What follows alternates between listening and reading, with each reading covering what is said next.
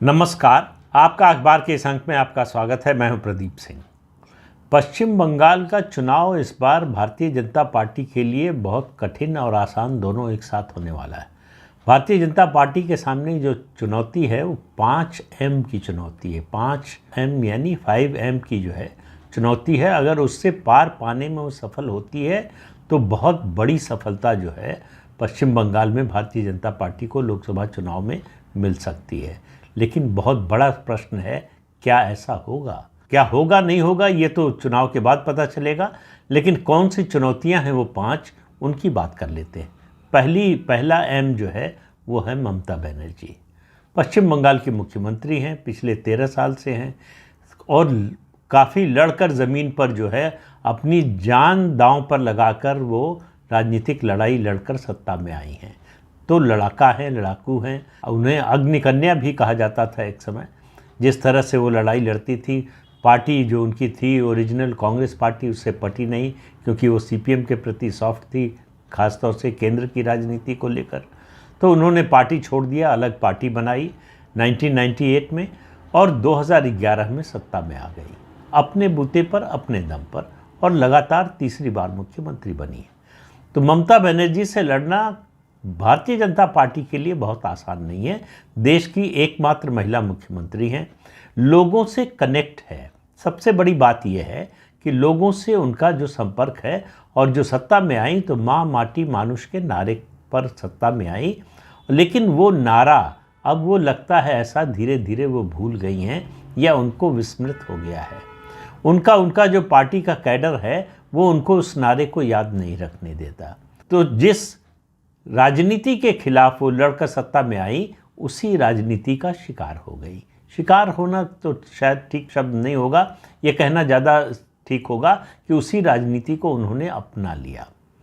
जो हिंसा की राजनीति थी सीपीएम की, उससे उन्होंने लड़ाई लड़ी और बड़ा जुझारू संघर्ष किया। उसके बाद जब सत्ता में आई तो उसी हिंसा की राजनीति को उन्होंने अपना सबसे बड़ा हथियार बना लिया। तो पश्चिम बंगाल में जो राजनीतिक हिंसा है और ममता बनर्जी के नेतृत्व में जो राजनीतिक हिंसा है, उससे पार पाना, उससे जूझना, उसका मुकाबला करना भारतीय जनता पार्टी के लिए बड़ी टेढ़ी कीर है। अभी तक तो दिखाई दिया है कि बहुत ज़्यादा सफलता नहीं मिली। 2019 के लोकसभा चुनाव और 2021 के विधानसभा चुनाव में कामयाबी ज़रूर मिली। 42 में से 18 सीटें 2019 में भारतीय जनता पार्टी जीती और 2021 के विधानसभा चुनाव में उसको 77 सीटों पर जीत मिली, 77 पर। हालांकि लक्ष्य बहुत बड़ा था, 200 पार का था। उसकी तुलना में देखें तो बहुत बुरी परफॉर्मेंस थी। लेकिन पिछले चुनाव में यानी 2016 में उसको सिर्फ 3 सीटें मिली थी। 3 से 77 का सफ़र काफ़ी लंबी छलांग माना जाना चाहिए। लेकिन राजनीति है, राजनीति में आंकड़ों को देखने की अलग अलग दृष्टि होती है। आप कहाँ खड़े हैं उसके हिसाब से आंकड़े को देखते हैं। तो ममता बनर्जी भारतीय जनता पार्टी के रास्ते का सबसे बड़ा रोड़ा है। क्या भारतीय जनता पार्टी उनसे मुकाबले में टिक पाएगी, ये सवाल है बहुत बड़ा। ममता बनर्जी दक्षिण भारत के नेताओं की तरह, और उत्तर भारत में भी कुछ नेता, कुछ पार्टियां जिस तरह से वोटरों के बीच में पैसा बांटते हैं, ममता बनर्जी पैसा नहीं बांटती हैं। ममता बनर्जी अपने कैडर को आर्थिक रूप से एम्पावर करती हैं, स्थायी उसका आर्थिक स्रोत हो इसकी व्यवस्था करती हैं। और वो कैसे होता है? वो होता है कट मनी के जरिए। जो राज्य सरकार की योजनाएं हैं, जो परियोजनाएं हैं, उनमें उनके कार्यकर्ता पैसा लेते हैं, कमीशन लेते हैं। केंद्र सरकार की जो योजनाएं हैं उसमें घपला घोटाला करते हैं। अब उसकी जांच हो रही है, ममता बनर्जी बड़ी परेशानी में है उसकी वजह से, तो उससे उनको पैसा मिलता है। उसके अलावा स्थानीय स्तर पर गुंडागर्दी, रंगदारी आप कह लें या गुंडा टैक्स कह लें, जो भी नाम देना चाहें, उसके जरिए, और उनको पुलिस प्रोटेक्शन मिलता है। इसलिए वो निश्चिंत होकर ये टैक्स वसूल करते हैं। उससे उनका आर्थिक साम्राज्य बनता है, उससे वो अपना आर्थिक तंत्र चलाते हैं। इसलिए ममता बनर्जी के लिए जान देने और जान लेने दोनों के लिए तैयार रहते हैं। तो ये जो मनी पावर है ममता बनर्जी के पास, देश में और किसी पार्टी के पास नहीं है। एक समय सीपीएम के पास हुआ करती थी, उसी की बूते वो सत्ता में रही 34 साल, लगातार 34 साल पश्चिम बंगाल में सीपीएम के नेतृत्व में वाम मोर्चा सत्ता में रहा पश्चिम बंगाल में। ममता बनर्जी भी 13 साल से इसी ताकत के बल पर सत्ता में है। इसी ताकत के बल पर तो नहीं कहना चाहिए, इस ताकत का सबसे बड़ा योगदान है, ये कह सकते हैं। और भी ताकत है उनके पास। तीसरे अहम की बात करें वो है मसल पावर। गुंडे जितने हैं, जितने बदमाश हैं, जितने माफिया हैं, वो सब टीएमसी के साथ, तृणमूल कांग्रेस के साथ हैं और ममता बनर्जी और उनकी सरकार का उनको संरक्षण प्राप्त है। ये मसल पावर उनके लिए रात दिन काम करती है, हर मौके पर काम करती है और इस मसल पावर को राजनीतिक संरक्षण मिला हुआ है। इसका सबसे ताज़ा उदाहरण शाहजहां शेख का है, जो संदेश खाली में देखने को मिला। संदेश खाली में जिस तरह से महिलाओं के साथ दुर्व्यवहार हुआ, उनका यौन शोषण हुआ और उसको जिस तरह से ममता बनर्जी ने प्रोटेक्ट किया और ख़ास तौर से शाहजहां शेख को जिस तरह से बचाने की कोशिश की, अगर कलकत्ता हाई कोर्ट का निर्देश न होता तो शाहजहां शेख गिरफ्तार न होता। तो ये जो मसल पावर है ममता बनर्जी के पास, मैंने इससे पहले मनी पावर की बात की, तो ये मनी पावर और मसल पावर दोनों जो हैं वो यूनिक हैं पश्चिम बंगाल में ममता बनर्जी के पास। तो इस मसल पावर के जरिए वो चुनाव से पहले हिंसा करवाती हैं, ऐसा उनके विरोधियों का आरोप है। वो चुनाव के दौरान हिंसा करवाती हैं और वो चुनाव के बाद हिंसा करवाती हैं। अब ये आप कह सकते हैं कि इस बात का क्या प्रमाण है कि वो हिंसा करवाती हैं?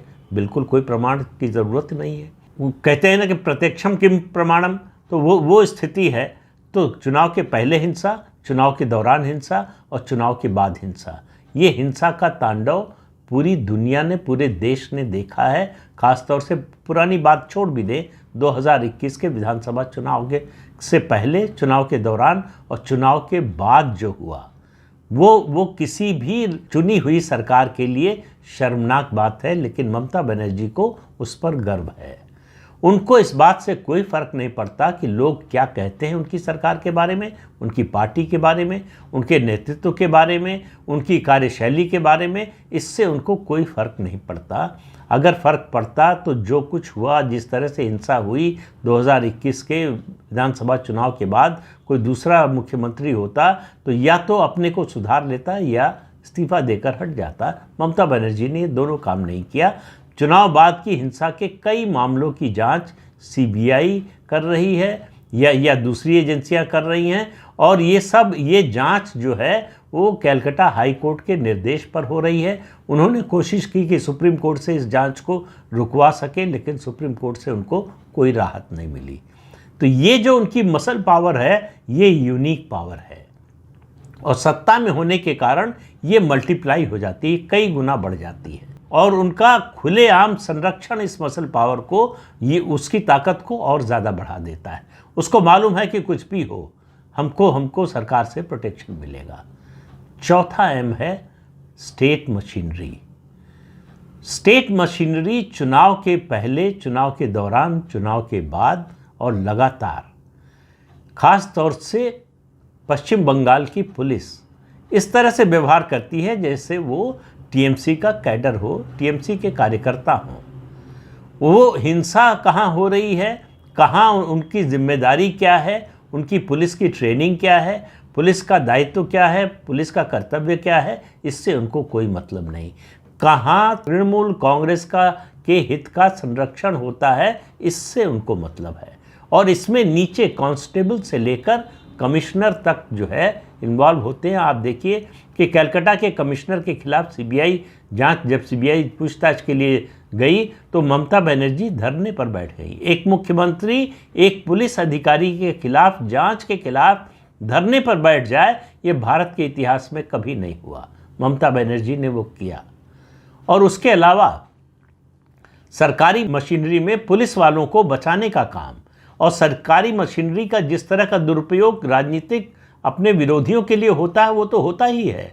केंद्रीय जांच एजेंसियों, आईटी, सीबीआई, ईडी और अब तो एनआईए पर भी हमला जो है वो होता है और पश्चिम बंगाल की पुलिस उसमें सहायक बनती है। उस हमले के बाद इन एजेंसियों की तरफ से एफआईआर लिखने की बजाय इन एजेंसियों के अधिकारियों के खिलाफ एफआईआर लिखी जाती है और उनको गिरफ्तार करने की कोशिश होती है। सीबीआई के साथ हो चुका, ईडी के साथ हो चुका और अब एनआईए के साथ भी हो चुका है। इन सब जांच एजेंसियों के तमाम अधिकारी आज जेल में होते अगर कलकत्ता हाई कोर्ट इंटरवीन न करता और सुप्रीम कोर्ट उसको संरक्षण न देता। तो ममता बनर्जी की ये जो सरकारी मशीनरी की पावर है वो अद्भुत है, उसका मुकाबला करना मुश्किल है। 2021 के विधानसभा चुनाव के बारे में मैंने जो आखिरी समीक्षा लिखी थी, जो गलत साबित हुई, बहुत से लोगों को लगता है कि गलत साबित हुई, मैंने जो उसमें बात कही थी उस पर, उसके विस्तार पर ध्यान नहीं दिया। मैंने बड़े स्पष्ट तौर पर कहा था कि अगर भारतीय जनता पार्टी पश्चिम बंगाल के मतदाताओं को ये विश्वास दिलाने में सफल हुई कि वो अगर चुनाव हार जाएगी तब भी उनको सुरक्षा दे पाएगी तो वो 200 पार कर जाएगी। अगर वो नहीं दे पाएगी तो ममता बनर्जी यानी तृणमूल कांग्रेस की फिर से सरकार आ जाएगी। इसको इस रूप में बहुत से लोगों ने लिया कि मैंने कहा भारतीय जनता पार्टी जीत रही है और भारतीय जनता पार्टी हार गई। मुझे उस पर कोई एतराज़ नहीं है, कौन किस तरह से क्या समझता है। मैंने जो बात कही आज भी उस बात पर कायम हूँ कि इस चुनाव में भी बीजेपी के सामने पश्चिम बंगाल की तृणमूल कांग्रेस की सरकार की सरकारी मशीनरी से लड़ने की बहुत भारी चुनौती है। क्या भारतीय जनता पार्टी इस चुनौती से पार पाएगी? इसका रास्ता है, ऐसा होता है और तब होता है जब जनता साथ होती है। ये ममता बनर्जी ने करके दिखाया, उसका उदाहरण है भारतीय जनता पार्टी के सामने। इसी तरह का अत्याचार, इसी तरह का सरकारी मशीनरी का दुरुपयोग सीपीएम के लोग भी करते थे, लेफ्ट फ्रंट के लोग भी करते थे। उससे लड़ाई लड़कर जीत हासिल की ममता बनर्जी ने। अब सवाल ये है कि क्या भारतीय जनता पार्टी कर पाएगी? ये इस सवाल का जवाब जो है चुनाव में मतदान और फिर उसके बाद वोटों की गिनती के बाद मिलेगा।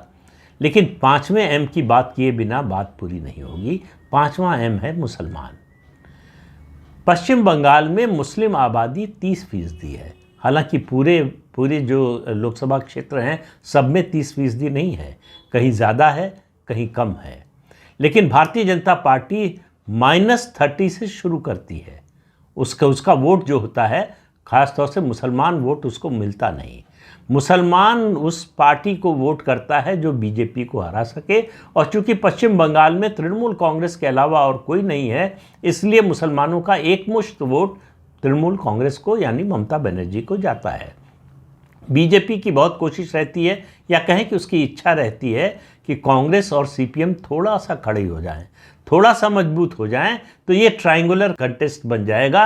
ट्रायंगुलर कंटेस्ट में मुस्लिम वोट कुछ सीपीएम और कांग्रेस की तरफ जाएगा तो उसका फ़ायदा बीजेपी को मिल जाएगा। लेकिन कम से कम इस चुनाव में अभी होता हुआ दिखाई नहीं दे रहा है।